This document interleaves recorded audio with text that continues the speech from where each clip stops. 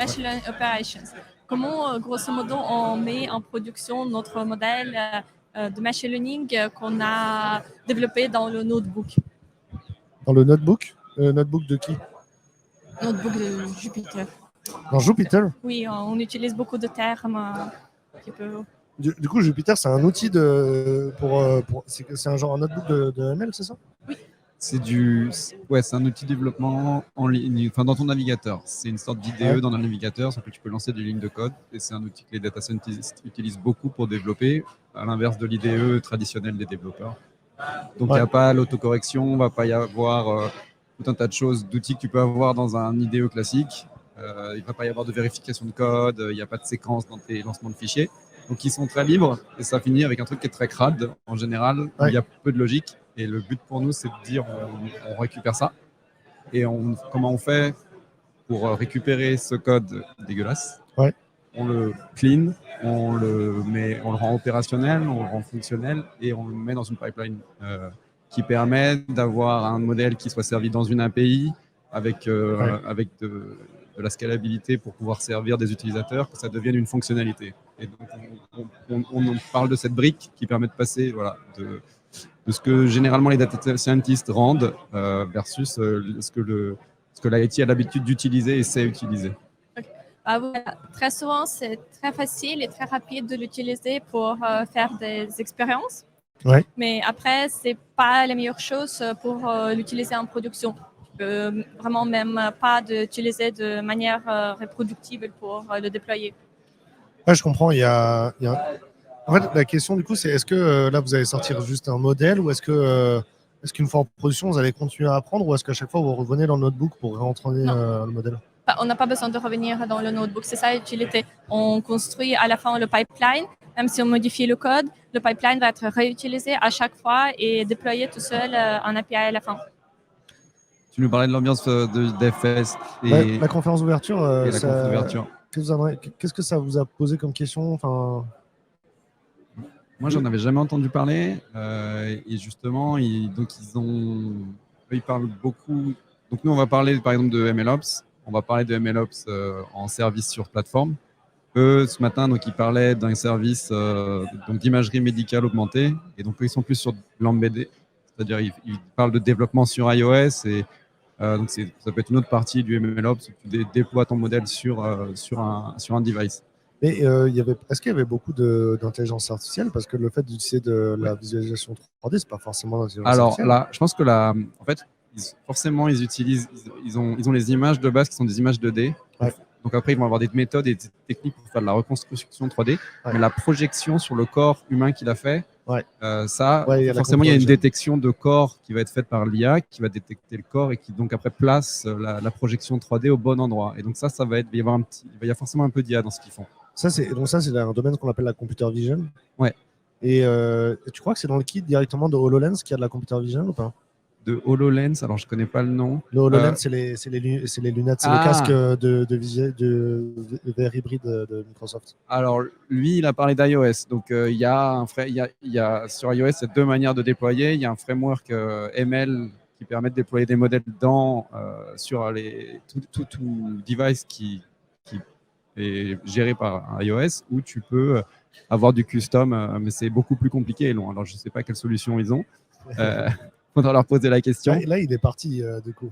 Parce qu'il est parti pour aller au bloc cet après-midi, il a dit. Voilà, il faut leur lui demander à lui quelle solution. Mais c'est vrai que je ne connaissais pas du tout cette techno et c'est assez impressionnant ce qu'ils ont montré parce que comme tu dis, ça combine à la fois donc, de la reconstruction 3D qui sont des choses qui ne sont pas encore qui sont pas mainstream, c'est des gens qui sont assez spécifiques et même la projection 3D du corps. De la reconstruction des organes sur le corps, c'est pareil, ça nécessite la projection d'images. Ils doivent avoir une équipe relativement haut niveau et j'avais jamais entendu parler de leurs produits et c'est vrai que c'est vraiment impressionnant. Ça fait aussi réfléchir sur l'utilité de notre travail. Quand tu entends des histoires comme ça, c'est... moi, je me suis dit, lui, il est en train de faire de la santé et moi, je fais des macros Excel. C'est un peu ça, ouais. Alors, Clément dit, c'est une vraie question par rapport à notre métier. Ça, à part servir la société de conso, on fait quoi? Ouais, c'est ça. Et les duchesses en force, dit Marcy, avec 4 cœurs. Mais il y a de ça, Clément. Ouais, c'est ça. Lui, il travaille sur des logiciels pour sauver les enfants du cancer. Et puis nous, on aide les gens à trouver un job où ils sont heureux. C'est pas mal, non? Voilà. C'est un et premier puis, pas. on a l'espoir que petit à petit, on arrive à avoir plus de projets comme le projet qu'il y avait ce matin. C'est bien aussi qu'il y ait ces projets conso parce que c'est ce qui nous permet aussi à des jeunes développeurs de monter en compétences et éventuellement de faire des choses à la pointe comme ils font parce que tu peux pas mettre le projet est vraiment costaud. Tu peux pas mettre des juniors sur ces projets-là, donc c'est bien qu'il y ait des projets plus simples aussi qui permettent de développer des compétences et peut-être d'arriver sur ces projets-là plus tard dans ta carrière. C'est pas un point mort quoi. On vit. Il y a du temps dans la vie, on peut faire du conso et puis aller sur des choses qui nous intéressent plus une fois qu'on a acquis des compétences. Qu'est-ce que tu veux dire, Luna? Non, mais après, on espère aussi que, pas pour peut-être forcément tout ce qu'on fait, mais en partie, ça pousse le développement des algorithmes, tout ça, qui peuvent être après réutilisés, peut-être pour les causes plus intéressantes. C'est quoi l'enjeu sur la partie audit du cloud public? Pourquoi c'est important? Déjà, c'est forcément important parce qu'aujourd'hui, avec les questions de conformité, RGPD, HDS, c'est déjà quelque chose au niveau de la sécurité, mais aussi de la pertinence pour garder les utilisateurs. Par exemple, aujourd'hui, quelqu'un qui utilise une application, elle ne marche pas, c'est fini, il ne va plus l'utiliser. Donc, il y a des notions assez complètes que je propose dans ma méthode qui couvrent les 360 de l'audit. Et surtout, c'est la réunion de deux univers, la cybersécu, qui n'est pas forcément toujours à l'aise avec le cloud, et les cloudeurs qui ne sont pas forcément à l'aise avec la sécurité de base. Donc, mon approche, c'est on vulgarise un petit peu, on propose une méthode et un outil qui leur permet de commencer sur des sujets d'audit. Surtout que c'est très différent parce qu'on n'est pas que sur de la sécurité, on est sur maintenant les 6 piliers de bonne architecture du cloud. Ok. Elisabeth, toi, ça te parle les sujets de cloud ou pas? Alors, ça me parle dans un sens parce qu'en tant qu'agiliste, on fait beaucoup d'accompagnement du client et de la transformation en général. Ouais. Et forcément, que ce soit le cloud, le DevOps, le full stack, le craftsmanship, on est forcément lié en fait avec tous les rôles pour accompagner le client vers des pratiques plus efficaces, plus modernes, plus concurrentielles finalement. Concurrentielles. Ça fait combien de temps que tu fais de l'agile et tu faisais quoi avant? Alors moi, c'est une grande histoire. Je faisais déjà de la transformation, on va dire, lean et excellence opérationnelle dans l'industrie. Ouais. Et tout ça, ça m'a ramené... pardon? Le Six Sigma? Le Six Sigma, plutôt lean, plus que Six Sigma. Sigma, c'est encore plus poussé. Ouais. Et progressivement, en fait, ça m'a ramené vers les méthodes agiles qui, en fait, ont une approche assez différente, complémentaire et bonne, en fait. Et, dans ce cas-là, je me suis tout simplement, on va dire, redirigé avec les mêmes compétences de transformation et d'accompagnement et d'organisation, finalement, mais dans le domaine de l'informatique et avec plus des méthodes et des frameworks et un mindset agile. Ouais, donc tu es une agiliste qui vient du lean industriel. Tout à fait, ouais. Donc je suis dans l'industrie depuis 2013 en fait. Le lean industriel, c'est pas le fait d'enlever du gras, le lean, c'est ça? C'est exactement, le lean, c'est en fait se débarrasser du superflu. Donc c'est au final c'est une sœur, une cousine de l'agilité. On veut aussi se débarrasser du superflu. Maintenant l'agilité, ça apporte plus de valeur comme l'itératif. Ouais. Surtout, ce que j'adore, en fait, c'est se rappeler qu'au final, on va pas se voiler la face et on va dire confirmer qu'on ne sait pas forcément ce qu'on veut au départ du projet. Et au bout de, par exemple, 6 mois ou 3 mois ou 1 an de projet, en fait, faut pas être à côté de la plaque. Il faut régulièrement, en fait, vérifier si on n'est pas à côté de la plaque. Et c'est grâce à l'agilité, on va dire, au côté itératif, qu'on va être réactif. Tu travailles avec quoi comme client aujourd'hui? Alors j'ai tiens, c'était confidentiel. Mon dernier client est confidentiel, mais en fait c'est le développement de produits soit logiciels, soit produits web app. Ma question c'est de manière générale, tu as bossé dans quelle industrie récemment? Wow. Alors récemment. C'est ça en fait, c'est tes dernières expériences chez le client, c'était plutôt dans la santé, dans l'assurantiel, dans le bancaire. De tout, franchement de tout. J'ai fait même pharmaceutique en transformation agile. À Lyon, il y a de la pharmacie. Ouais, c'est ça. On fait plutôt du service de consommation, de réservation de réservation de créneaux en ligne par exemple, avec un système de gestion documentaire, etc. Et là, le prochain client qui va arriver sera en fait dans une application qui permet de se mettre à niveau au niveau de la langue française. Ok. Super intéressant. C'est ok. Là, je voulais essayer de raccrocher sur le sujet du cloud. Est-ce que dans tes expériences, est-ce que le cloud a changé l'environnement dans lequel tu travailles, tu vois? Ah bah complètement. Déjà, la technologie, c'est pas les mêmes. On a en fait d'autres, on va dire, rôles dans le DevOps, etc. On a une autre pratique. On a une autre aussi communication avec les clients par rapport à comment son produit va évoluer finalement. Ouais. Ok. Ça roule. Est-ce que tu as quelque chose à dire, Samuel? Je peux rebondir aussi sur l'évolution du cloud sur le secteur français parce que effectivement, ça a changé pas mal de choses ces dernières années. Donc, ça a démarré il y a 5-6 ans réellement sur le secteur français et tout a changé. C'est-à-dire que les profils des personnes ont complètement changé. Les compétences ont aussi évolué parce que là, si on n'a pas appris le crush, c'est difficile de suivre un monde qui bouge extrêmement vite. Ouais. Et je dirais que c'est même aller plus loin. Ça a changé même les rémunérations du secteur de l'IT français. C'est vraiment à ce point-là, avec les Américains qui sont débarqués, il y a eu une transformation en fait complètement globale. Et du coup, ils pensent cette année, il faut aller à 1000 consultants, c'est ça? Ouais, vous recrutez? Voilà, on recrute toujours, on fait toujours du recrutement de qualité parce que notre credo, c'est l'haut de gamme quand même. Ouais. Mais on a une forte volonté de croissance. Et pour ça, on a ouvert plein d'agences, des agences à taille humaine, notamment Strasbourg, là, depuis avril, début d'année. Et il faut mettre les annonces sur Wheel of Death. Hein. Ouais, avec plaisir. C'est un sujet, mais parce qu'il y a beaucoup d'annonces très lilloises sur Wheel of Death. C'est noté. Mais les Lyonnaises, elles commencent à mettre des annonces. Je vous rassure, les Nantaises aussi. Et il ne faut pas oublier les annonces strasbourgeoises. Important. En tout cas, oui, vous pouvez retrouver pas mal d'annonces et de recruteurs et de recruteuses de Ypon sur Wheel of Death. N'hésitez pas à les visiter. Et ouais, en vrai, ça fait 3 ans que vous êtes client chez nous et c'est chouette d'avoir des clients qui nous font confiance comme ça dans la durée. Ben, top. ICAM Strasbourg Europe à Strasbourg, dans l'espace européen des entreprises d'ailleurs. Ouais. J'invite tous les étudiants au prochain JPO de nous visiter, surtout s'ils sont dans la région. C'est les journées portes ouvertes. Oui, les JPO, c'est les journées portes ouvertes, justement. On oublie, on rentre beaucoup dans les abréviations, surtout les enseignants-chercheurs. Merci.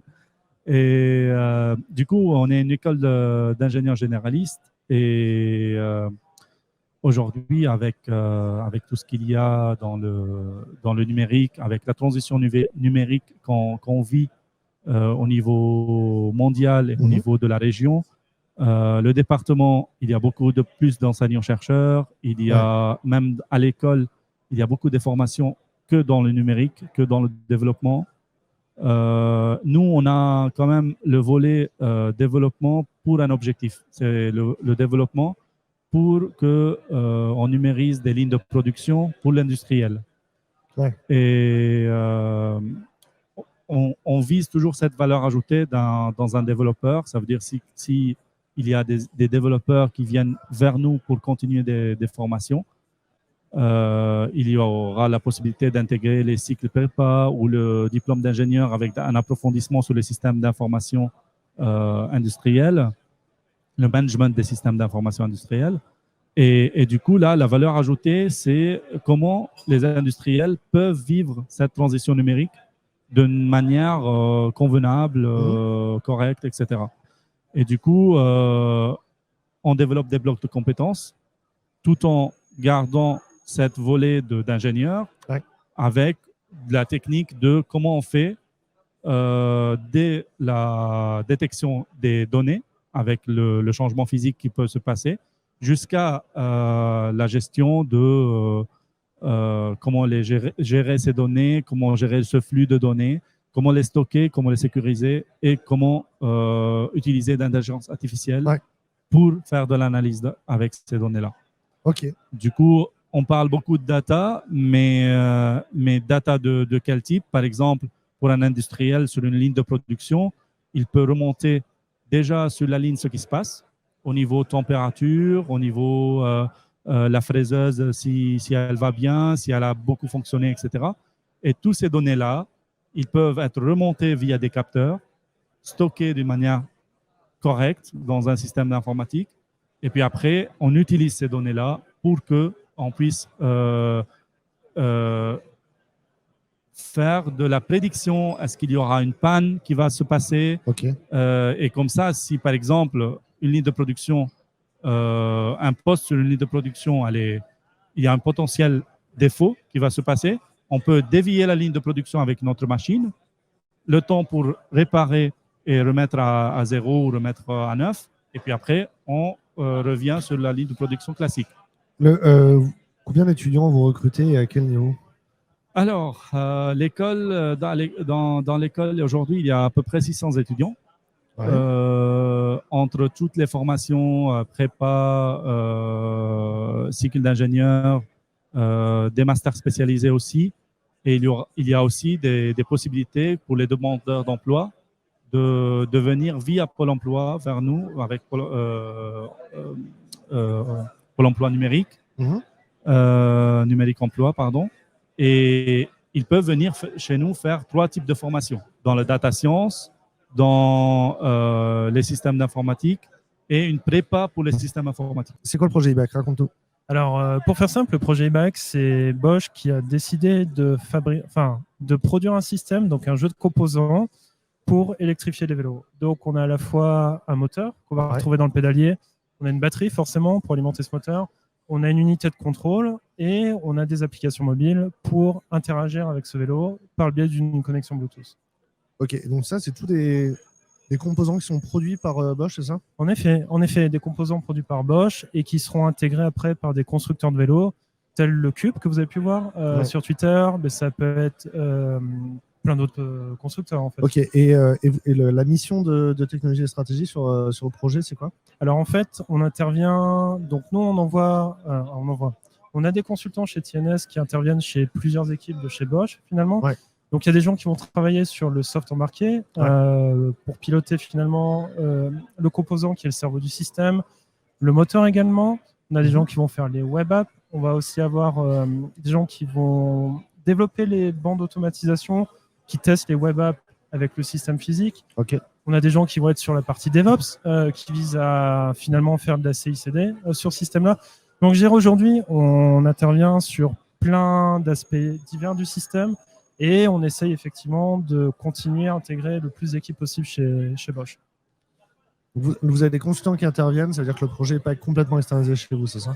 Alors en fait, ce qui se passe, c'est qu'on a un fonctionnement plateau. Donc on a à la fois des plateaux donc, à Strasbourg, sur chez Tigam, également en Allemagne. Et c'est depuis ces plateaux-là qu'on travaille, mais donc en remote pour le compte de Bosch. Ce qui nous offre en fait un avantage énorme, c'est qu'on a nos collègues qui sont à côté, et nos collègues qui sont dans des équipes différentes. Donc, dit autrement, si on a une problématique à un moment donné sur un point très particulier, il est toujours possible finalement de solliciter nos collègues pour être débloqués, qui eux auront forcément une vision plus large. Alors, attends, le banc d'essai, tu dis à quoi ça ressemble? Est-ce que genre vous mettez le vélo entier dessus, vous l'essayez, vous essayez les nouvelles versions du logiciel, c'est ça? Alors ça, c'est une excellente question. À vrai dire, le banc d'essai, c'est qu'on a donc une flotte de téléphones avec des applications mobiles. Comme les fermes de téléphone chinois? Alors, les fermes de téléphone, en fait, par exemple, sont à Francfort. C'est-à-dire, notre banc d'essai à Francfort. Les composants du vélo, en fait, on a un petit nom magique, c'est le BIAB, le Back in a Box. Donc, en fait, ils sont connectés tous ensemble dans une espèce de petite structure. Et après, par le biais de software, on arrive à simuler un vrai comportement de vélo. Par exemple, on a des gens qui vont simuler la navigation sur les applications mobiles. Donc, on va intégrer un composant logiciel qui va bypasser le GPS du téléphone pour simuler un vrai ride, en fait. Et ça aussi, ça peut être du côté du vélo. On a des speed simulateurs qui vont simuler le capteur de vitesse du vélo. Donc après, je veux dire, on est à 3 étapes. On a ce banc d'essai qui nous permet de toucher du matériel. On a la simulation complète du vélo. Donc on a un petit dongle Bluetooth qu'on met dans un ordinateur. Et on peut, par une machine à état, simuler un vrai vélo. Et on a des collègues qui travaillent avec le vrai vélo. Donc je dirais, on a 3 niveaux d'essai qui nous permettent de couvrir différents types de tests. Alors, moi, j'ai intégré TNS en janvier et ce qui a été formidable, c'est que TNS, en fait, a un programme de formation en interne qui permet finalement à ses collaborateurs de monter en compétences. Donc aujourd'hui, j'interviens sur toute la partie DevOps de ce banc d'essai, la réalisation de services Python également. On a... Avec les Mac Mini. Ouais, exactement. Alors, on bosse avec du Linux, on a des cartes Arduino. C'est nécessaire d'avoir du Mac Mini parce que vous avez des iPhones derrière. Vous êtes Exactement. pour l'iPhone. C'est exactement ça. On a des applications Android et iOS. Ouais. Et en fait, on utilise un framework qui s'appelle Appium qui permet d'interagir avec les éléments graphiques des interfaces. Ok. Et vu que c'est de l'iPhone, pour qu'Appium fonctionne, il faut faire tourner la partie serveur sur un Mac Mini. Ok. Ouais, exactement. Ok, et donc du coup, tu interviens sur toute cette automatisation-là. Ça automatise le build et le test, c'est ça? Alors en fait, on écrit des essais avec Robot Framework. C'est un framework Python qui permet finalement d'écrire des essais avec un langage très simple, je dirais. C'est du Gherkins, du Cucumber, quelque chose comme ça? C'est un langage propriétaire de Robot Framework. D'accord. Ouais. Et en fait, le gros avantage de cette chose-là, c'est qu'on peut écrire des librairies en Python qui vont après piloter le matériel. Donc on a une partie de l'équipe qui écrit les tests dans ce langage simplifié finalement, et on a une partie de l'équipe qui écrit les librairies de contrôle qui vont après interagir avec le système. Et ça permet de segmenter les deux mondes finalement, bien qu'en fait on se rend compte que forcément les deux activités sont liées. C'est quoi Widoo et tu fais quoi chez Widoo? Alors Widoo, c'est une USN. En fait, on va synthétiser, c'est assez simple. Il y a des clients qui ont des problèmes, ils viennent chez nous et on leur fait OK, nous on a des solutions. Donc, on s'en fout de la stack, nous on vous fait ce qu'il faut. Vous êtes combien aujourd'hui? Vous êtes principalement à Strasbourg ou pas? On est national, donc du coup on a une très grosse équipe Paris, on est sur Nantes, on est sur Strasbourg, on est sur Lyon aussi. Ok. Et donc du coup Strasbourg est une bonne équipe qui est en train de se former. Est-ce que c'est quoi la place de la position de l'agence dans le réseau Widoo, de l'agence de Strasbourg? Est-ce que vous êtes une des plus petites, une des plus grosses, une des plus récentes, une des plus anciennes? On est ça c'est une bonne question. Non, on va dire que historiquement c'est essentiellement celle de Paris qui est la plus grosse, effectivement, logique. Mais pas forcément. Oui, pas forcément.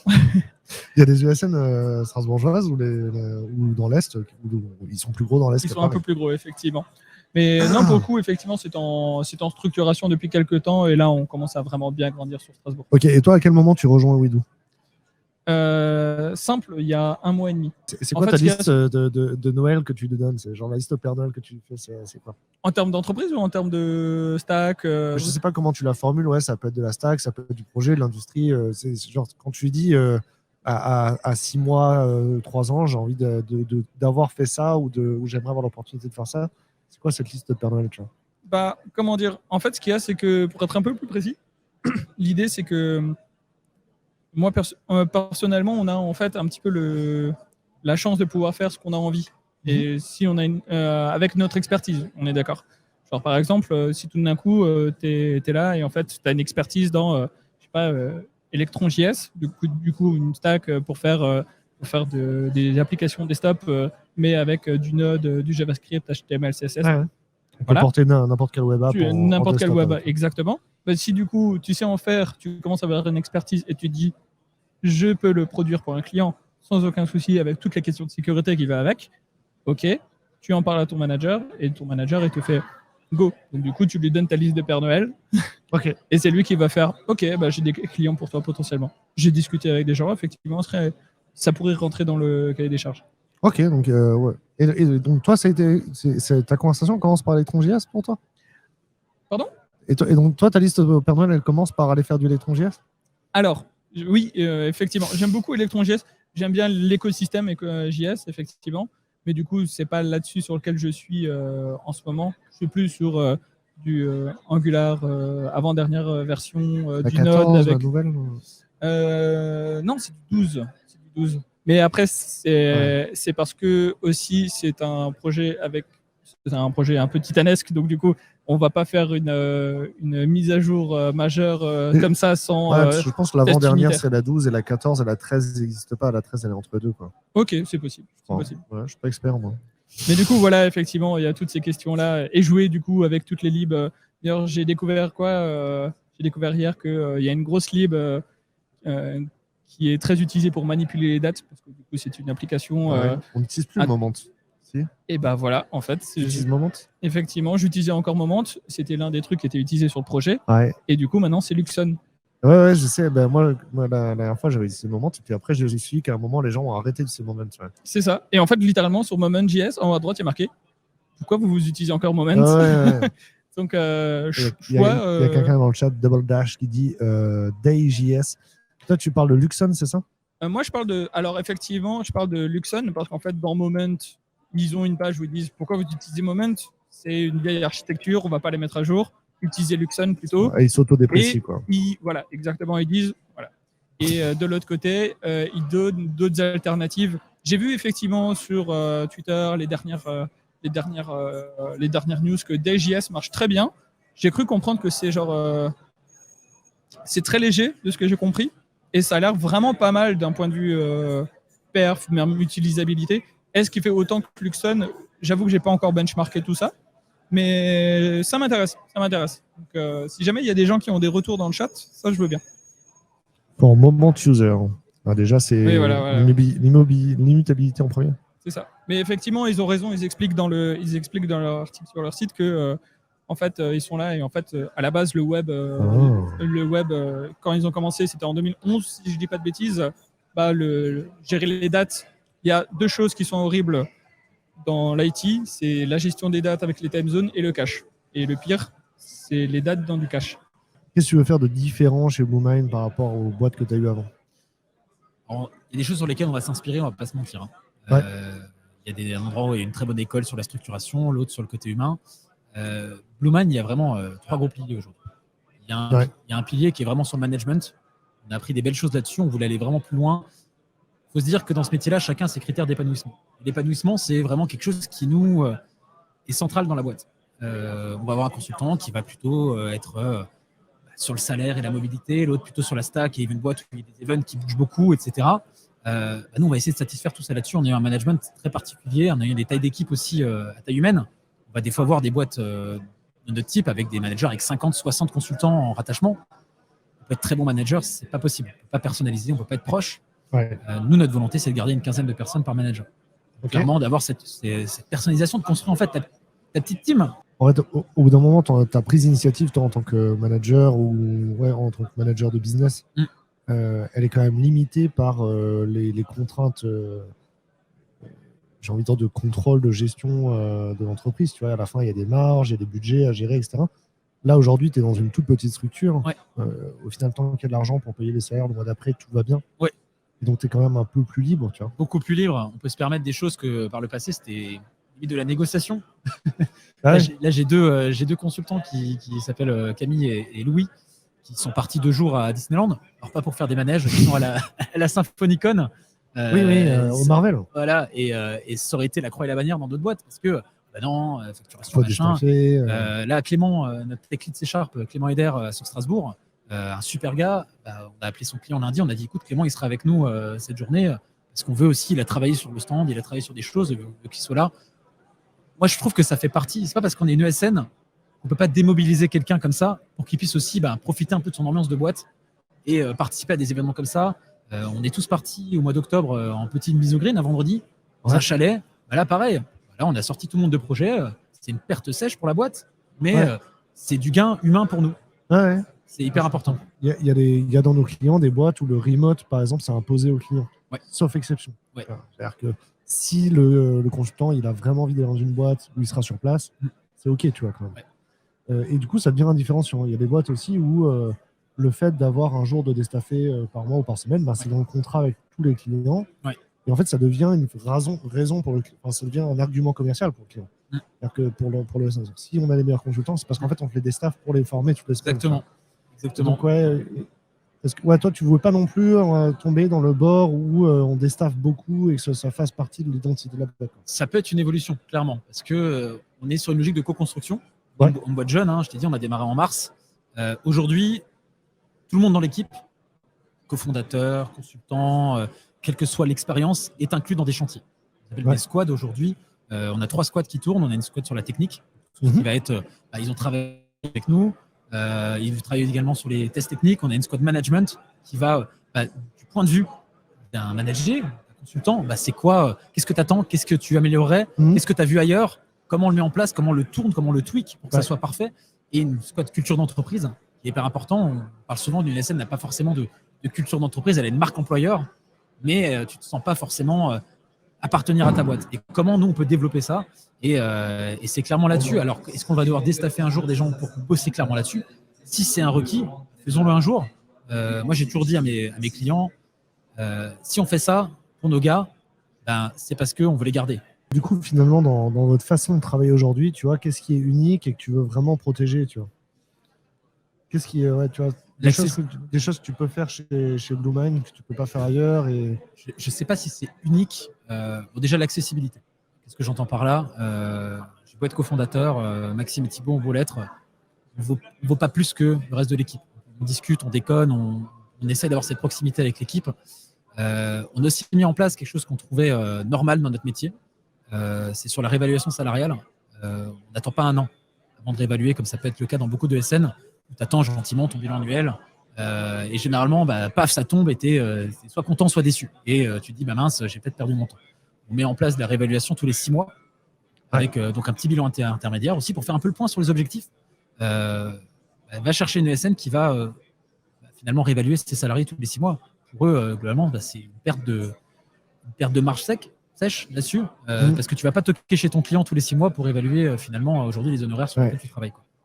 Ou il faut déstaffer plus souvent, enfin il faut faire plus de rotation sur Voilà, c'est ça. Donc globalement, aujourd'hui, on souhaite vraiment quelqu'un en 6 mois prend des compétences, évolue, fait des choses. Pourquoi on attend un an en fait? Pourquoi on attend un an? On va lui dire c'est bien, tu as bien travaillé sur les 12 derniers mois, maintenant travaille bien sur les 12 prochains. Non, faisons des points réguliers, travaillons aussi sur la frustration. On a le droit d'avoir de la frustration dans une boîte, on a le droit de discuter. Aujourd'hui, moi je le dis à tous, premier signe de frustration, discutons-en, appelle-moi. N'attends pas que ça monte en chantilly. Parlons-en tout de suite, trouvons des solutions. Tu parlais de projet, de changer de projet plus régulièrement. La rotation projet, c'est quelque chose qu'on prône vraiment. Tu as le droit de t'ennuyer sur un projet au bout d'un an. C'est normal, c'est humain. Tu peux t'ennuyer, parfois, tu as fait le tour. Travaillons là-dessus. Dès qu'il y a un premier signe, notre but, ça sera de ne pas faire ça dans l'urgence. T'es un investisseur dans les gens.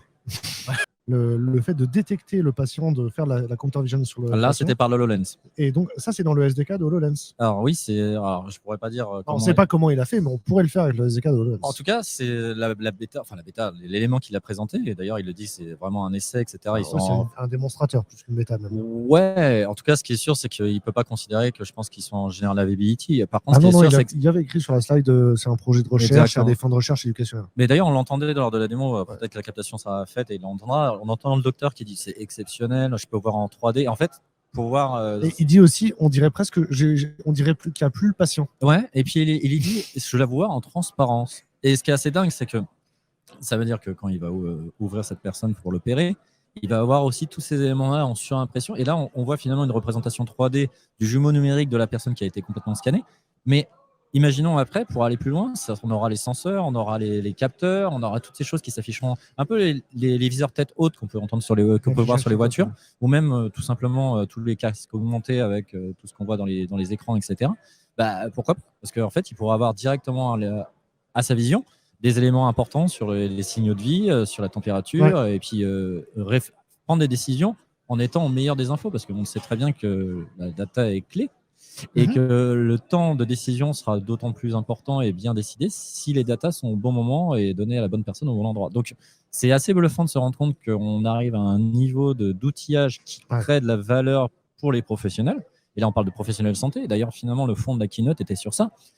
Le développeur a une charge pour créer quelque chose d'unique et de bon pour la société et il peut le faire avec toutes les possibilités qu'on a actuellement. En fait, limite, on n'est plus limité par la technologie en étant très pragmatique. C'est qu'on est limité juste par notre capacité de création et notre capacité de créer des solutions innovantes. Ouais. Et ça, je trouve c'est pas un âge d'or parce qu'on a quand même des choses qui doivent se prendre du temps. Et d'ailleurs, on le voit, la donnée médicale et aussi tout simplement les éléments de santé sont évidemment à prendre avec beaucoup de précautions. Mais on est juste au point où les gens sont prêts à passer à ça, quoi. Tu vois que le chirurgien, il est bluffé de la capacité d'un outil à lui apporter de la valeur dans ses choix de décision. Il expliquait aussi, donc si vous n'avez pas eu la conférence. On vous spoil, mais complètement. Mais qu'on vous incluse dans le sujet. Oui. Ouais, c'est pas ça le verbe. L'inclusion du sujet. Prenons le temps de vous inclure. Donc, en fait, le médecin a effectivement une modélisation 3D de l'ensemble des organes. Il peut choisir quel organe afficher ou désafficher. Et notamment, en l'occurrence, là, il parle c'est un chirurgien qui va faire une opération pour enlever une tumeur du poumon. et il peut visualiser avec l'HoloLens devant lui en 3 dimensions les veines dans le poumon avant de découper le patient, quoi. Et ça, c'est pas les veines qui ont été complètement.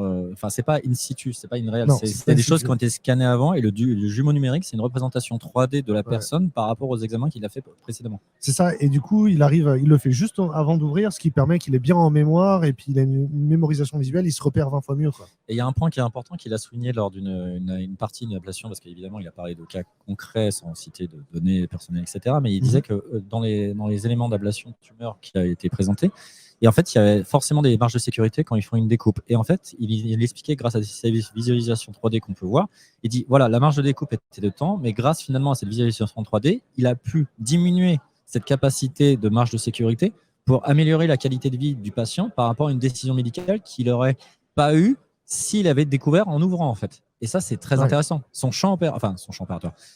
mode d'opération a été amélioré par rapport à des données qu'il avait avant et qu'il a pu décider sur sa façon de procéder à l'opération.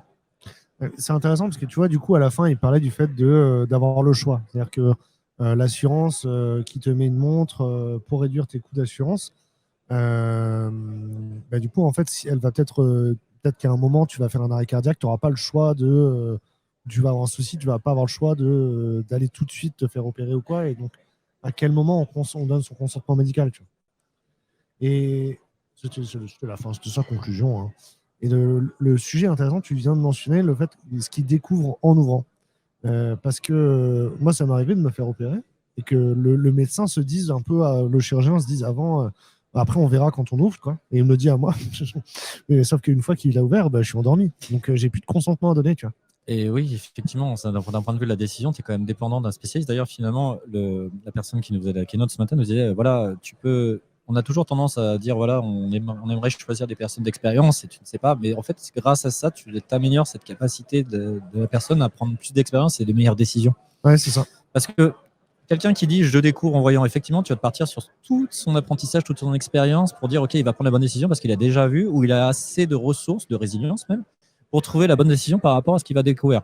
Si tu as en plus des éléments de données supplémentaires qui permettent d'améliorer sa visualisation et son processus de décision, tu sais que tu vas améliorer une décision qui est logique et qui est finalement pour le meilleur de ton opération. Donc, c'est vraiment la plus-value d'un outillage par rapport. C'est pas différent d'un.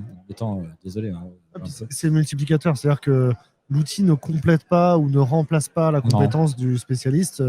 C'est la combinaison des deux qui est plus puissante, quoi. Exactement. Et puis de toute façon, finalement, c'est pas différent d'avoir un couteau qui coupe mal et un couteau qui coupe bien. À un moment, tu choisis le meilleur outil qui est adapté à ce que tu as besoin de faire. Et là, on se rend compte qu'on arrive à donner des données et des représentations meilleures. Quand on a commencé à faire justement des X-rays, au début, c'était génial. On pouvait voir, on pouvait même s'améliorer. Ouais. Après, l'IRM est arrivé. Tiens, c'est encore plus défini. Ensuite, on a eu la coloration des éléments pour voir exactement où étaient situées les choses. Et tous ces éléments qui ont amélioré la définition et finalement la visualisation et le processus d'aide à la décision ont permis d'améliorer finalement le taux de morbidité, le taux de guérison et finalement avoir des gens qui avaient peut-être moins de chance avant, leur donner plus de chance dans leur processus de guérison et d'aide à leur rétablissement. Alors, est-ce que tu as rebondi sur cette conférence parce que tu as enchaîné tout de suite avec la conférence sur Dali? Alors, c'est compliqué de rebondir, ça fait encore on enchaîne dans la foulée. D'ailleurs, j'ai eu l'effet presse de mon beeper qui a disparu au niveau des pieds en plein milieu, ce qui est un peu frustrant. Et ça m'apprendra parce que j'ai pas cherché à vérifier mes pieds. Tu vois, on parlait d'outils. Et finalement, c'est aussi ça, c'est préparer ces outils avant tout parce que quand tu es tout nu devant toutes les personnes en disant j'ai plus de piles et mon tôle qui est là-bas et je dois faire des allers-retours, et dommage parce que finalement, si j'avais pris le temps de vérifier mes piles, je n'en serais pas là. Et donc, l'outillage est quand même clé, quoi. En vrai, c'est parce que entre l'imagerie médicale et l'image générée par l'IA, est-ce qu'on n'a pas envie d'y aller, quoi? Est-ce que tu n'as pas envie d'imaginer genre ce qu'on ne peut pas voir avec l'imagerie médicale et demander à l'IA de générer la suite? Franchement, c'est un point de vue assez compliqué. C'est que, en fait, il y a toujours cette idée, OK, le processus d'IA permet d'améliorer le processus de décision. Mais est-ce qu'on est dans la tolérance de l'apprentissage qui a été fait ou pas? Ça, c'est très complexe parce qu'on peut se retrouver en disant, oui, mais l'IA va peut-être nous donner une mauvaise décision.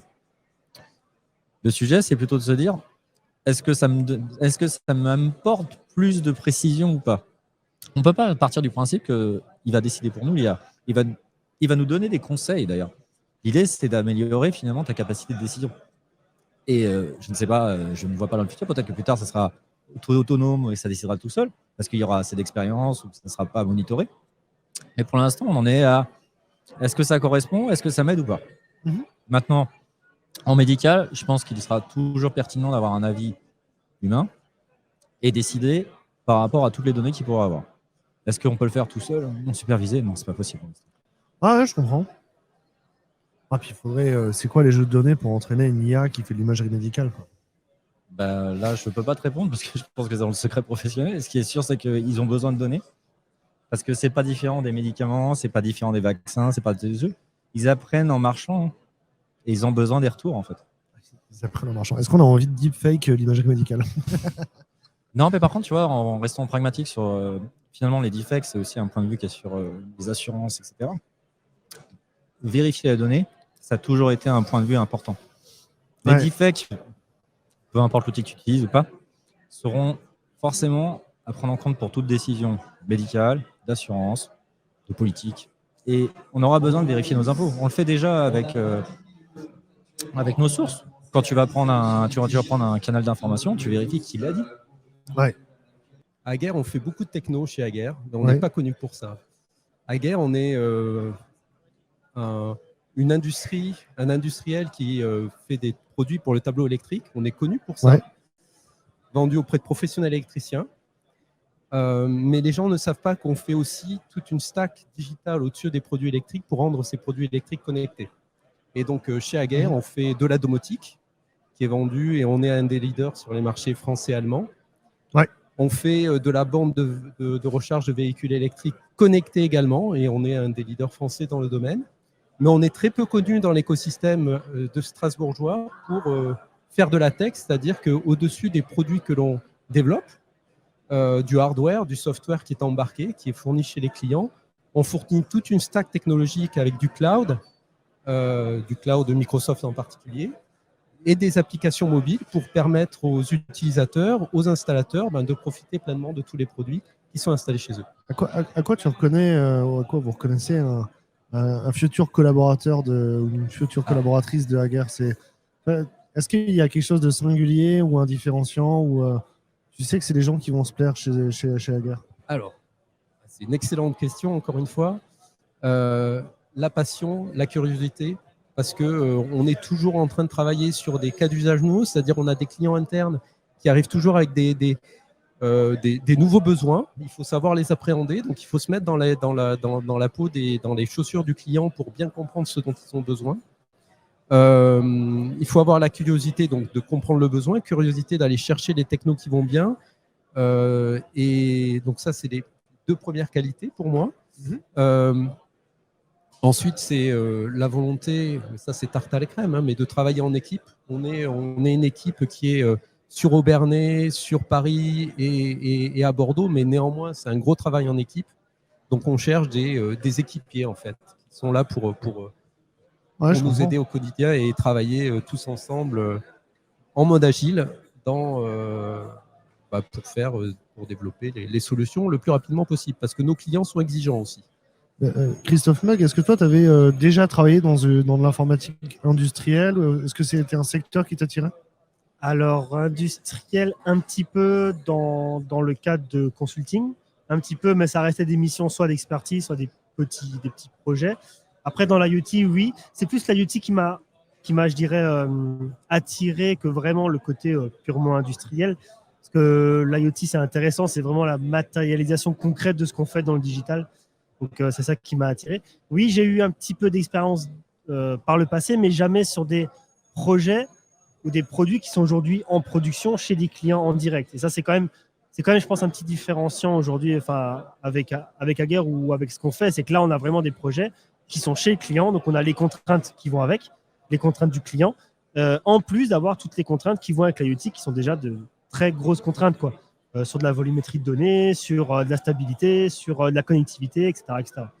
Donc, voilà. Et puis, sur du c'est un empilement de stacks technologiques qu'il faut maîtriser à la fin pour sortir une solution IoT. Et c'est ça. Et dans le milieu de l'IT, je ne sais pas s'il y a d'autres domaines où il y a autant de stacks technologiques à maîtriser. J'allais dire aussi parce que des projets IoT, j'en ai vu plein. Mais des projets qui vont en production, par contre, là, j'en vois beaucoup, beaucoup moins. Et ça, par contre, ici, chez Aguerre, c'est des choses où on a à cœur d'amener les choses en prod parce qu'on sait que ça répond à un besoin. Ah, puis il y a des projets qui sont déjà en production, quoi. En tout cas, quand je suis arrivé 8, c'était le cas. Quand je suis arrivé 8, c'était le cas. Mais en plus de ça, ça va ramener d'autres projets par la suite qui vont également aller en production. Ah, puis le client final, lui, c'est de la production. Donc, c'est ça, ouais. Ça tourne déjà, quoi. Et ça tourne déjà. Et donc, au-delà de faire du développement, mais il faut faire là aussi, c'est tarte à la crème, hein, mais c'est de l'excellence dans le développement et de l'excellence dans le run, parce qu'on a des clients tous les jours au téléphone. Et où c'est intéressant aussi dans nos stacks technologiques, c'est que on ne s'arrête pas simplement à l'application mobile pour le client qu'on va lui donner, mais on va aussi donner des apps, enfin des web apps plutôt à nos agents de support chez Aguerre, qui sont là pour répondre aux clients quand il y a un problème. Donc, on a vraiment une solution complète. Ce n'est pas simplement pour le client final, mais on se connecte aussi avec le CRM, le Dynamics, Microsoft Dynamics, pour apporter des informations sur la santé des systèmes aux agents support. Donc, c'est vraiment super complet et il faut que ça tourne avec un SLA, enfin, avec un niveau de performance et de disponibilité qui soit très élevé parce qu'il y a des clients. Est-ce que c'est ça le secret pour une DSI qui innove? C'est ce niveau d'excellence qui te permet d'avoir la confiance des clients internes et ça te donne la marge de leur proposer les choses? C'est surtout ça qui compte parce que le digital, c'est des investissements. Hein, quand même, quand on lance du digital, c'est un investissement. Et ce qui compte derrière, c'est qu'on délivre de l'excellence. On délivre de la nouvelle proposition de valeur, ça c'est super. On propose des nouveaux services, mais surtout que ces nouveaux services que l'on propose, ils soient disponibles quand on en a besoin. Et c'est cette excellence qui est importante pour nos clients. Est-ce que ça te parle, Christophe Mac? Est-ce que ça t'a pas stressé, toi? Non, pas du tout, parce que moi, l'excellence, je le mets en œuvre tous les jours et je ne peux pas produire du code sans excellence technique. C'est impensable, quoi. Et on parle pas mal de développement, mais en fait, on se rend compte qu'autour du développement, il y a plein de choses qu'il faut mettre en œuvre et qu'on met en œuvre chez Aguerre. Tout ce qui est DevOps, DevSecOps, des choses comme ça, tout ce qui est testabilité, parce que là, c'est aussi un challenge qui est d'autant plus intéressant parce qu'on a on a une stack technique qui est très grande, mais il faut pouvoir être capable de tester l'intégralité dans des use cases qui soient pertinents, avoir les tests d'intégration qui vont bien à chaque niveau de la pile, etc. etc. Donc, c'est très complet. Et en termes d'excellence technique, il faut être excellent à chaque niveau, quoi, parce qu'on ne peut pas passer à côté de la qualité, quoi, mais à tous les niveaux, sur l'application mobile, sur notre back-end, sur la partie embarquée, etc. etc. quoi. Donc, c'est clair qu'on ne peut pas passer à côté, quoi. Oui, il faut. En fait, c'est quelque part, c'est humain faire dans un gant de velours. On met tout en œuvre pour que les gens s'éclatent dans leur travail au quotidien, pour qu'ils puissent prendre leur pied pour développer des nouvelles applications, des nouvelles features, etc. Mais derrière, ce qu'on demande, c'est de l'excellence dans la delivery, dans l'excellence, dans le service que l'on rend tous les jours aux clients, parce que c'est le client qui paye notre salaire à la fin du mois.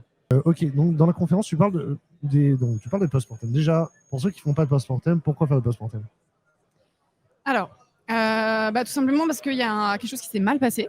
Il y a un événement qui est problématique. Tout le monde a un peu gros sur la patate, quoi. En mode, ils veulent plus parler, etc. Ça s'est mal passé. Et l'objectif des post-mortem, du coup, c'est de régler ça. Déjà, que humainement, ça se passe mieux, déjà. Mais aussi qu'on puisse améliorer les choses pour plus que ça se reproduise. Et déjà aussi comprendre ce qui s'est passé. Donc, comprendre ce qui s'est passé. Je vais le faire dans l'autre sens. Ouais. Et 2, améliorer les choses pour éviter que ça se reproduise. Mais si on ne peut pas éviter que ça se reproduise, au moins que les conséquences soient moins graves. C'est un peu... mais par exemple, typiquement, si ton application, elle tombe, elle tombe, quoi. Enfin, tu peux faire tout pour que ça ne se passe pas. Donc ça, c'est une première chose.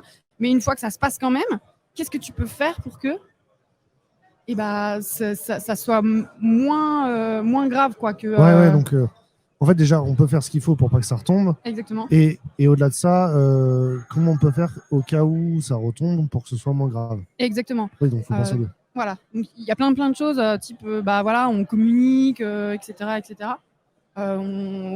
Et aussi, on met en ligne le post-mortem, les actions qu'on prendra, etc. Ça peut faire partie de ça. Il faut faire la publicité de ce qu'on a décidé, quoi. Par exemple, oui. Parce que même si c'est en en interne, il faut en faire la publicité, quoi. Oui, ça peut être. Alors, ça dépend des entreprises. Des entreprises où ça s'est mal basé et que c'est purement en interne, bon, ça sert à rien. À quel moment un post-mortem, une rétro, l'un devient l'autre? La rétro, c'est itératif, au sens où ça revient à chaque itération. Donc, si on est en Scrum, c'est tous les sprints. Ouais.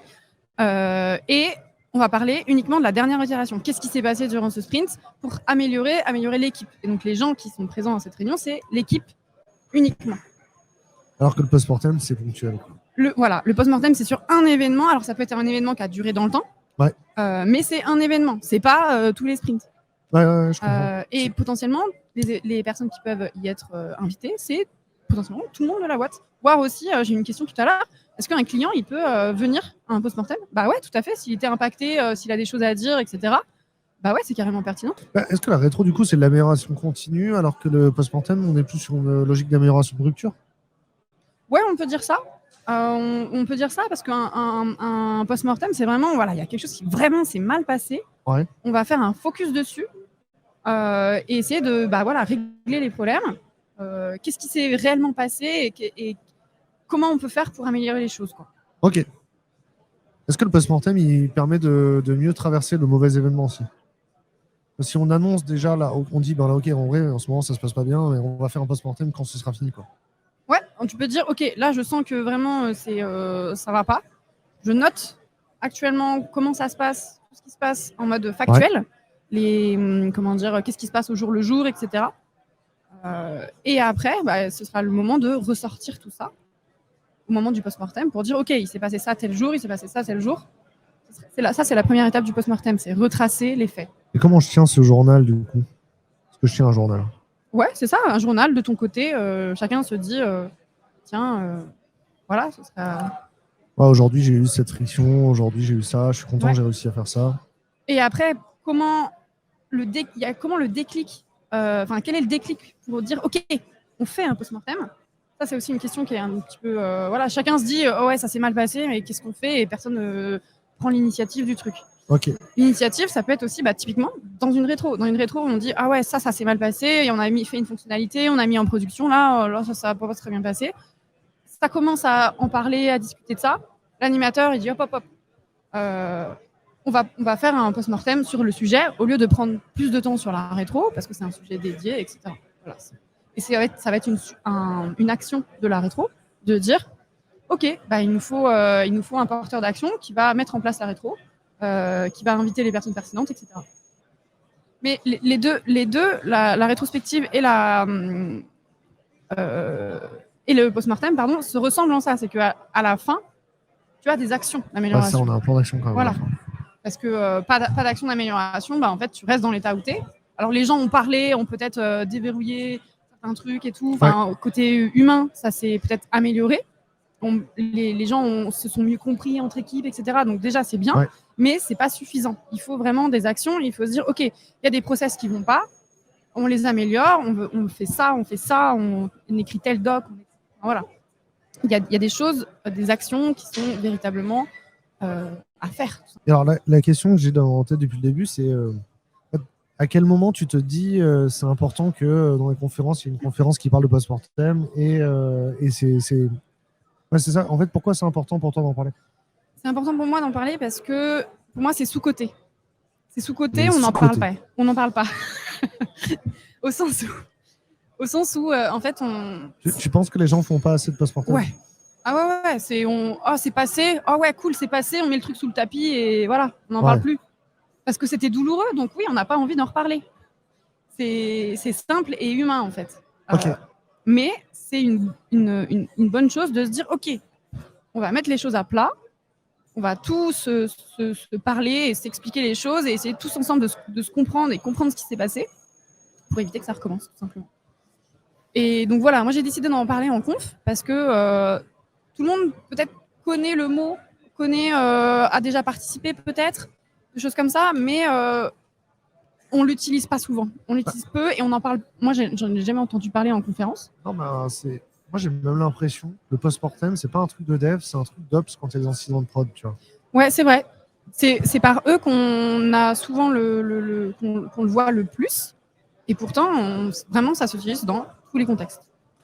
Puis on a peut-être la sensation que la rétro peut tout résoudre. Peut-être aussi. Peut-être aussi, alors qu'au final, la rétro, c'est pareil. Hein, on n'a qu'un temps dédié à ça et on veut traiter tout ce qui s'est passé pendant le sprint. S'il y a un problème qui s'est basé sur plusieurs sprints, en fait, on le traite comment? Ah ouais. Donc, et s'il y a des personnes aussi, on va aussi, peut-être qu'il y avait cet événement qui s'est passé, qui est problématique, va impliquer des personnes en dehors de l'équipe. Or, en rétro, on n'a que les gens de l'équipe. Donc, en fait, on a toujours notre vision biaisée de la réalité, de nous, de notre point de vue d'équipe. Alors, pourquoi il y a une nouvelle équipe chez Scalingo? Pourquoi il y a autant de nouveaux gens? Pourquoi il y a autant de nouveaux gens? Parce que effectivement, Scalingo grandit de plus en plus. Il y a autant de nouveaux gens pour permettre à Scalingo de passer à un cap. Et le premier a été franchi en septembre dernier. On est certifié hébergeur de données de santé depuis septembre de cette année et aussi ISO 27001. Donc on est plus de monde aussi pour pouvoir passer ces caps dont ces deux certifications étaient la première marche, et aussi pour développer bien sûr la plateforme Scalingo et qu'elle soit de plus en plus performante. Toutes ces certifications, ça fait partie de ton job de SRE du coup? Ça fait partie du job de SRE, effectivement, puisque ces certifications nécessitent quand même de mettre en place un certain nombre de process, des contrôles, pas mal de choses autour de, notamment de la sécurité, de la résilience. Et du coup, forcément, nous, en tant que SRE, on est impacté par ces certifications. Et puis, c'est aussi un gage de qualité pour nos clients, en fait. On parlait d'HDS, effectivement, on est le premier plateforme as a service français et européen à obtenir cette certification d'hébergeur de données de santé sur les 6 niveaux, donc 1, 2, 3, 4, 5, 6. Et donc, effectivement, c'est une demande du marché aussi auquel on peut répondre maintenant, auquel un acteur français peut répondre. Donc, ouais, bien sûr, je rejoins ce que Sébastien vient de dire. C'est important aussi ce point-là, ouais. Comment ça se passe de passer ces certifications-là? C'est beaucoup de mise en conformité des fournisseurs aussi. Comment ça se passe? C'est un effort de presque 2 ans. Alors, il n'y a pas Yannick. Alors, si, je crois que notre Head of Security, il est dans le coin. Il n'est pas loin. Ouais. Yannick, si tu nous entends, viens témoigner. C'est beaucoup de travail, effectivement. C'est 2 ans. C'est énormément de travail à tous les niveaux. Ouais. C'est côté développement, côté fournisseur, sur les aspects de sécu, de conformité.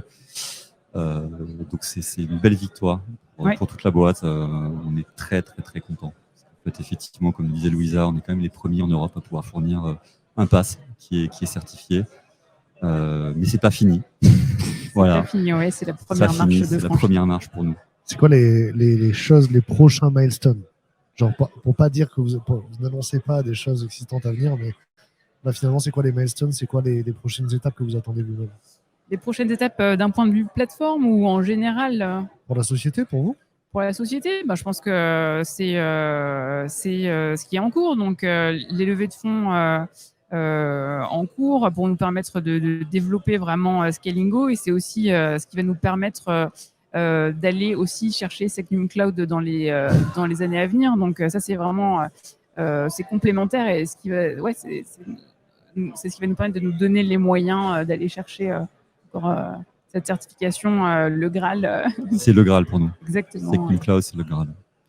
Aujourd'hui, on propose déjà, on a déjà une région qui est certifiée Secnum Cloud, sur laquelle nous on s'appuie, mais Scalingo en tant que tel n'a pas encore la certification, et c'est l'objectif.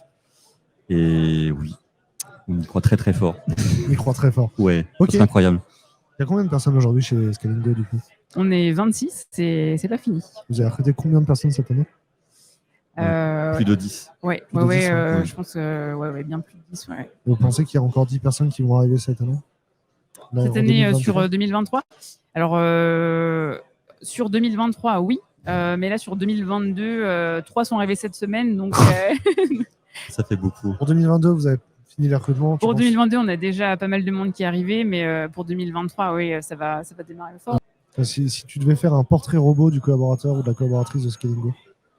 Je sais pas si un portrait robot, je sais pas ce que tu en penses, Sébastien. Un portrait robot, ce serait compliqué parce qu'il y a quand même on n'est pas sorti du même moule, et on n'est pas il n'y a pas un moule Scalingo. Je pense que c'est plutôt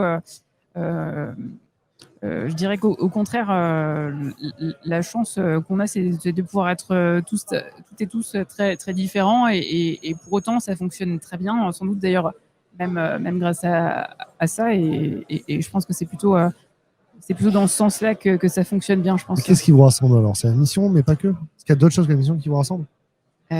Écoute, la mission, c'est quand même déjà pas mal, mais en soi, il y a d'autres choses. C'est tellement fort, genre, j'arrive pas à voir ce qu'il y a derrière. Il y a peut-être d'autres sujets, tu vois. Après, on est humain, on va quand même prendre l'apéro parfois. Entre collègues. Pas dans toutes les boîtes. Hein. Oui, c'est vrai, c'est vrai. C'est un sujet. Et d'ailleurs, c'est pas obligatoire, mais. C'est pas obligatoire. Moi, ce qui m'a frappé en arrivant, je pense que ça a été pareil pour toi, c'était le niveau d'expertise. Je sais que ça paraît bateau dit comme ça, parce que c'est quelque chose qui revient assez souvent. Mais vraiment, je trouve que les gens, il y a un vrai degré d'expertise et il y a un vrai engagement. Et moi, j'avais oublié, j'avais travaillé dans plein d'autres entreprises avant de venir chez Scalingo. Ouais. Et j'avais pas retrouvé ce type d'ambiance depuis très très longtemps, quoi. Des gens qui ont envie et qui ont envie de bien faire. Oui. Et puis, ce qui nous rassemble quand même, c'est des je vois notre RSSI là-bas. c'est quand même des valeurs aussi d'un point de vue humain. Enfin, je trouve que c'est une entreprise qui est un peu différente de ce que j'ai pu connaître par ailleurs. Les rapports entre les gens sont très simples, très directs. Je sais qu'on parle souvent de bienveillance et que c'est un mot qui est très galvaudé, qu'on entend très souvent, mais pourtant je pense que c'est très vrai.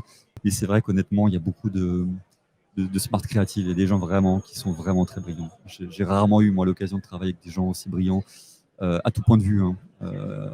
J'ai déjà travaillé avec des gens qui étaient très forts techniquement. Là, chez Scalingo, je trouve qu'il y a à la fois l'aspect technique, mais il y a toujours cet aspect humain qui rentre en ligne de compte.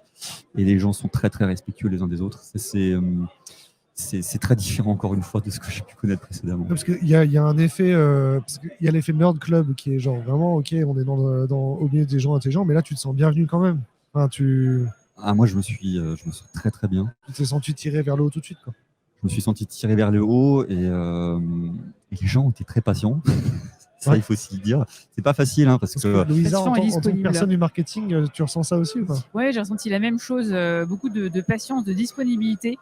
Mais tout de suite, quand tu arrives, en fait, c'est agréable, quoi, parce que quand tu arrives, et encore plus que tu es non-tech, peut-être, tu as l'impression peut-être parfois de débarquer sur une autre planète. Et soyons honnêtes. C'est vrai. Et quand tu sais, déjà ne serait-ce que savoir que tu peux poser des questions et qu'en fait, il y a des gens qui vont te répondre et qui vont le faire de manière extrêmement... qui vont s'adapter en fait à la personne qu'ils ont en face pour clarifier, expliquer. Donc c'est une vraie chance et ça, je pense que c'est aussi une grande force de la part de l'équipe, de se rendre disponible, pour expliquer vraiment. Moi, ce qui m'a surpris aussi, c'est les échanges qui sont très, très directs. Ouais. J'étais habitué à des endroits où c'était beaucoup plus, il y a beaucoup de politique. Là, je trouve que c'est beaucoup moins vrai. Les échanges sont très transparents, très francs. Ouais. Et c'est vrai que les premiers jours, moi, ça m'a un peu surpris, quoi. Je n'avais pas l'habitude de ça. Alors, tout a commencé il y a 2 ans, enfin l'année dernière, en fait, on avait déjà lancé la keynote avec une vidéo qu'on avait conçue plusieurs mois à l'avance, qui était plus ou moins bien, mais enfin qui était sympa. On avait essayé de faire un truc un peu différent, une vidéo qu'on avait tournée en plein air, on avait tourné dans toute la ville à vélo, on a fait visiter un peu la ville. Et puis cette année, on voulait un truc un peu plus artistique. Et l'idée, elle est venue, je crois que je m'endormais un soir, je me suis dit, j'ai envie de faire ça. J'ai reçu un SMS à 2h du matin. Je crois que ça doit être ça. Exactement. Thibaut, il me faut un pianiste. Exactement. Ça a été tout le défi de trouver un pianiste parce que donc, la difficulté, c'est qu'on a fait une reprise d'un morceau qui venait de sortir à ce moment-là. Et donc la partition n'existe pas. Il a fallu trouver une partition. Il a fallu, donc on a essayé de générer des partitions avec des IA pour essayer d'avoir une bonne partition. Ouais. Ça marchait pas du tout. Donc c'est super intéressant. On a tout un process aussi derrière sur la création de cette keynote d'ouverture. Et au final, on a trouvé une pianiste qui a tout joué à l'oreille. Et Leïla, qu'on remercie énormément. Exactement. Super doué. Ok, cool. Mais en vrai, moi, du coup, les gens ont trouvé ça inspirant. Et alors, les gens m'ont parlé tout de suite du concert aussi qui va avoir lieu ce soir, qui a l'air de faire écho finalement à la keynote musicale pour ouvrir. Alors, complètement. Plus ou moins. C'est-à-dire que ça n'aura rien à voir. Mais effectivement, on voulait commencer avec un côté artistique, terminer avec un côté artistique et un côté festif aussi.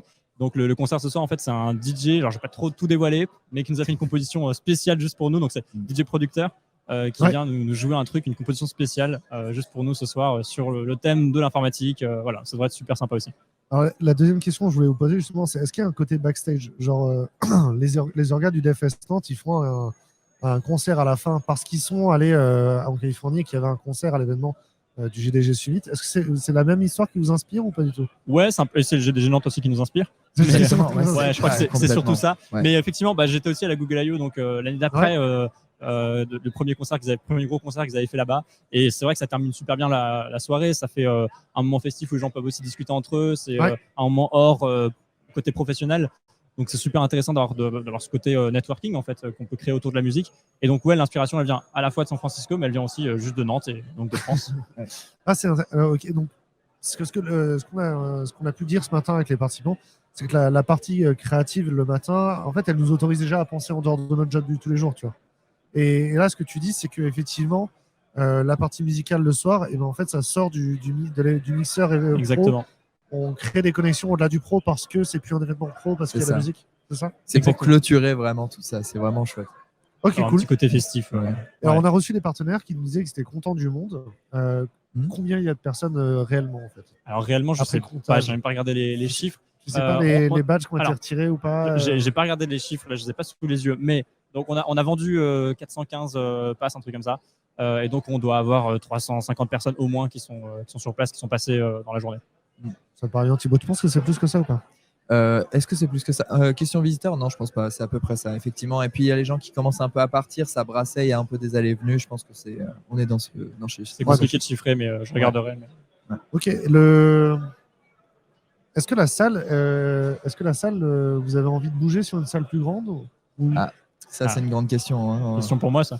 Exactement. Non, parce qu'en fait, on n'a pas l'impression. La salle, elle est petite, mais c'est bien pour le nombre de personnes, tu vois. Ouais, exactement. En fait, c'est un débat qu'on a commencé à avoir là aujourd'hui parce qu'on a clairement, comme tu disais, passé un gap et donc on a de plus en plus de monde. Là, la billetterie, on a dû la fermer à 400 personnes parce qu'on n'a pas de place pour plus. On aurait pu vendre plus de billets, on a eu plein de mails, ça nous fait super plaisir, merci beaucoup. Malheureusement, on a dû refuser plein de monde parce que la billetterie est fermée 3 jours avant l'événement, on n'avait plus de place du tout. Donc on est allé voir d'autres lieux déjà. En amont, il y a quelques mois déjà, on a commencé à faire des devis, à aller voir. C'est plus cher ailleurs et c'est moins sympa aussi ailleurs. Il y a des trucs mieux parce que les salles ici, on a une grande salle qui est super sympa, deux autres qui sont plus des salles de cours d'étudiants, qui manquent peut-être d'un côté un peu professionnel. Mais donc on a trouvé des salles mieux, mais par contre trouver un espace couvert comme ici pour un espace salon, c'est super galère à trouver. Exactement. Et donc surtout à Strasbourg, il n'y a pas énormément de salles disponibles, ou alors c'est tout un palais des congrès qui n'est pas du tout le même budget. Du coup, est-ce que vous avez envie d'avoir plus de partenaires l'an prochain? Potentiellement, oui. Je pense qu'on a eu des demandes, on était complet aussi sur la partie sponsor, partenaire. Donc oui, clairement, on a envie d'en avoir plus. On a envie, malgré tout, par contre, de réussir à les intégrer correctement. Le but, c'est pas que ce soit une foire et qu'on ait 250 partenaires et que ce soit pas visible. C'est pas une foire, c'est une fête foraine. Exactement. Non, mais voilà, l'idée, c'est que si on fait venir nos partenaires, c'est pas juste parce qu'on a besoin d'argent, c'est aussi parce qu'on veut les mettre en avant. C'est toute la démarche, en fait, derrière le DevFest, de toute façon, c'est mettre en avant les entreprises locales ou nationales, peu importe, mais de mettre en avant le fait qu'à Strasbourg, on a un écosystème de développeurs et que il faut inciter donc d'abord les développeurs à venir à Strasbourg, mais pour que les développeurs viennent à Strasbourg, il faut d'abord inciter les entreprises à venir s'installer à Strasbourg. Et en fait, c'est toute l'idée de ce DevFest. Et donc, c'est pour ça que oui, on veut intégrer plus de sponsors, parce que c'est notre but, mais on veut aussi le faire correctement, donc on ne peut pas non plus surbooker. On fera en sorte de garder de la place pour tout le monde. Alors, c'est ce que tu dis là ici, de faire rayonner Strasbourg, ou du moins de prouver concrètement qu'il y a un écosystème à Strasbourg en rassemblant les gens dans la pièce. Il y a aussi des participants qui m'ont dit qu'il y avait beaucoup de speakers qui étaient non strasbourgeois. Ouais. Ah oui, majoritairement d'ailleurs. Quasiment que ça, ouais. Et en fait, spontanément, j'ai répondu ouais, mais les speakers strasbourgeois, vous les voyez déjà au meet-up. Là, le but, c'est de faire venir les gens qui ne sont pas au meet-up. Et les speakers strasbourgeois, ils doivent aller aux autres événements, quoi. En fait, il y a un mélange. Il y a effectivement ce côté-là. Alors, on n'a pas refusé de speakers parce que s'ils sont bons, on les aurait quand même pris. Voilà. Ouais. On a une sélection. Pour resituer, on a eu 256 propositions, je crois. Exactement. Ouais, 256. Exactement. 256,0 propositions dans le CFP et on a retenu que 25 conférences. En plus de ça, on avait quelques invités qu'on avait sélectionnés à l'avance. Donc, c'est très compliqué de choisir. On a choisi ceux qui nous paraissaient le plus pertinent pour avoir le programme le plus divers et varié aussi. Et donc, on n'a pas spécifiquement fait exprès de ne pas choisir des speakers locaux. C'est juste qu'on en a malgré tout assez peu, parce qu'on est une ville peut-être un peu en retard quand même pour l'instant sur ce côté-là, communautaire, sur le côté meet-up. Mais ça se développe. Donc ça, c'est la bonne nouvelle. Et c'est tout le but de cet événement, c'est de faire en sorte de développer des vocations. Tous les gens qui sont ici peuvent devenir nos speakers de l'année prochaine. Et on le souhaite. Est-ce que vous avez une tribune, un message à faire passer Voilà, je sais pas, tu me prends un peu de cours, mais les gens de We Love Devs qui écoutent, c'est des développeurs et des développeuses dans toute la France qui cherchent à être heureux au travail. Je vais faire business developer de la ville de Strasbourg alors. Venez à Strasbourg, c'est une super ville pour le coup. On a un super cadre de vie. Alors, je suis un peu mal placé pour en parler, mais parce que moi je suis né ici, j'habite ici depuis toujours. Donc bon, je défends un peu ma ville. Mais on a un super cadre de vie. On a pas mal d'entreprises, c'est beaucoup de SN, mais on a pas mal d'entreprises dans le coin. On a beaucoup d'entreprises dans le médical. Donc si vous travaillez dans le médical, vous avez envie de travailler dans le médical, venez à Strasbourg. On a l'IRCAD notamment qui est quand même connu à l'international, l'Institut de recherche contre le cancer. On a pas mal d'autres boîtes aussi spécialisées dans le médical. On avait d'ailleurs la keynote d'ouverture ce matin qui était animée par Luc Solaire, qui était tournée sur le médical justement. On voulait aussi avoir ce petit côté, petite touche locale. Mais donc voilà, la tribune, je sais pas ce que je peux dire en plus, mais voilà, regardez Strasbourg, c'est une chouette ville. Il y a des entreprises qui recrutent. Et si vous êtes une entreprise, considérez Strasbourg pour venir vous installer surtout. Parce que il se passe des choses, il y a un DevFest déjà, et il y a des gens super cool. Thibaut, tu veux compléter? C'est quoi ton mot à toi? Rien à ajouter, vraiment, c'est très très bien. Je suis un peu fatigué, je pense que ça se voit un peu. Bon, mais en vrai, t'as l'air en plein kiff. C'est vrai, mais je suis en plein kiff. Clairement, on a l'impression que t'es encore en pleine montée là.